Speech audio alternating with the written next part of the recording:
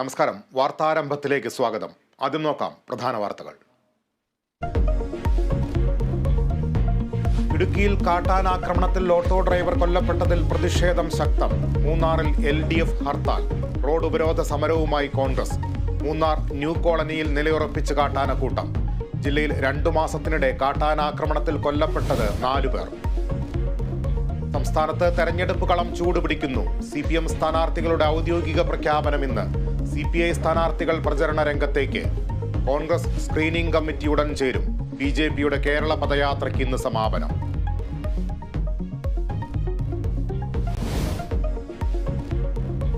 പ്രധാനമന്ത്രി നരേന്ദ്രമോദി ഇന്ന് തലസ്ഥാനത്ത്. VSSCയിൽ വിവിധ പദ്ധതികൾക്ക് തുടക്കം കുറിക്കും. ഗഗൻയാൻ ദൗത്യത്തിനുള്ള സഞ്ചാരികളെ പ്രഖ്യാപിക്കും. ദൗത്യസംഘത്തിൽ ഒരാൾ മലയാളി.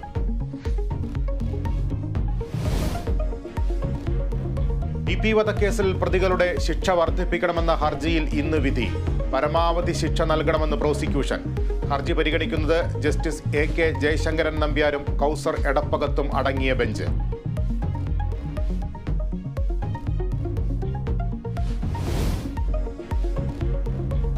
ശബരിമല മേൽശാന്തി നിയമനത്തിൽ ഹൈക്കോടതി ഇന്ന് വിധി പറയും. നിയമനം മലയാള ബ്രാഹ്മണർക്ക് മാത്രം പരിമിതപ്പെടുത്തിയത് ചോദ്യം ചെയ്ത് ഹർജിക്കാർ.